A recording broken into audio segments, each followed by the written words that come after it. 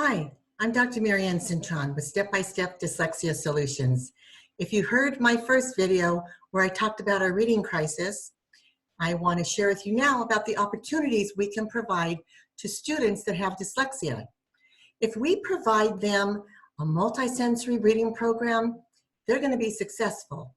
Also, if it's structured, systematic, sequential, and cumulative, they're going to be successful.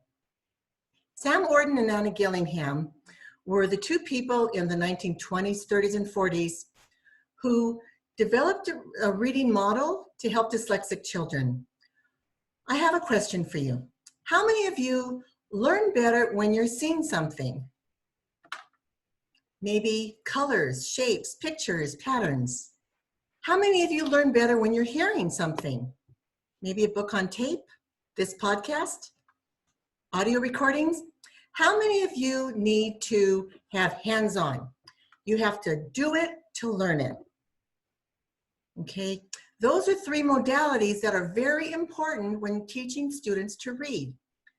When you teach three modalities, auditory, visual, and kinesthetic, you're working to a student's strength as well as working to their weakness.